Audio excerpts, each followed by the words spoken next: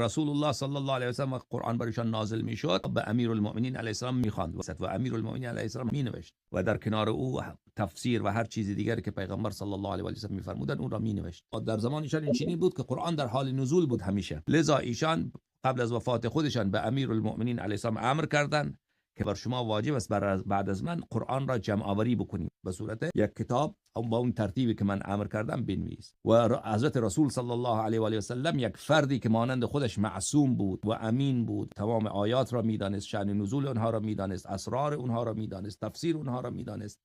در چه زمانی نازل شده، درباره چه کسی نازل شده، همچین کسی را امر فرمود که قرآن را جمع آوری بکند و ایشان جمع آوری کرد و این را شیعه و مخالفین همه نوشتن. قرآن را بر صحابه عرضه کرد، صحابه گفتند که قرآن را ما نمیخواهیم، چون در اینجا مطالبی هست که با حق خلافت ما اینا در تصادم هست که این اگر مردم این قرآن را ببینند دیگر هیچ وقت ما را به عنوان مسلمان نمیپذیرند، لذا اونا قبول نکردند.